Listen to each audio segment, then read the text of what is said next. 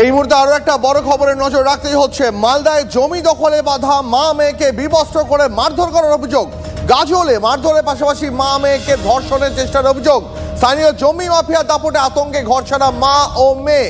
এই মুহূর্তে জানিয়ে রাখি আপনাদের, এই মুহূর্তে বড় খবর। আমাদের সহকর্মী শুভতোষ রয়েছেন, আরো বিস্তারিত জানাবেন আমাদের। শুভতোষ, কি অভিযোগ? বাংলা জুড়ে এটা চলছেটা কি?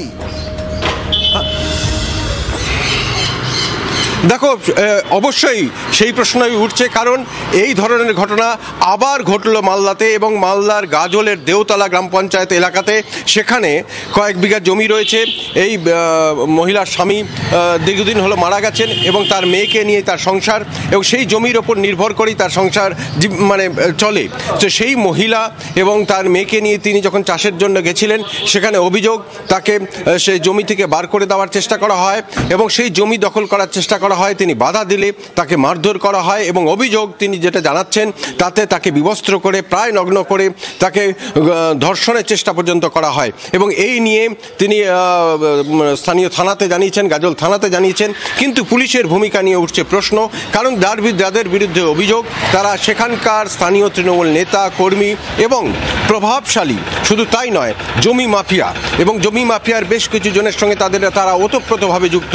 তো সেই ক্ষেত্রে এই জমিটার ওপর নজর। দীর্ঘদিনের অভিযোগ যে এই জমিটার দাম যেভাবে বাড়ছে, ক্রমশ বাড়ছে, সে কারণেই এই জমি মাফিয়ারা সেই জমির দখলের চেষ্টা করে।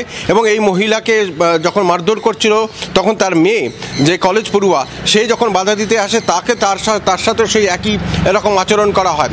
ঘটনাচক্রে সেই সময় রাস্তা দিয়ে যাচ্ছিলেন এক আইনজীবী এবং সেই আইনজীবী, তার সঙ্গে তার সহকারী এবং অন্যান্যরা ছিলেন এবং তারা প্রথমে দেখতে পান, তারা গ্রামের কয়েকজন লোককে ডেকে নিয়ে এসে তাদেরকে উদ্ধার করেন বলে অভিযোগ।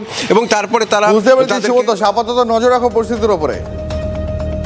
জমি চাষ করতে দিচ্ছে না, জমিতে গেলে গলা কেটে দিবে, আমাদেরকে মারধর করছে, জামা কাপড় ছিঁড়ে এই করছে, অত্যাচার করছে আমাকে, আমার মাকে। আমরা এখন ভয়ে বাড়িতে থাকতে পারছি না, ঘর ছাড়া। ওরা তৃণমূলের নেতা, আমিও তৃণমূল করি। মানে কাউকে অ্যারেস্ট করছে না, যারা আমাদের অত্যাচার করছে ওদের না। আজিজুর রহমান, সাবধান হোসেন, মুজিবুর রহমান।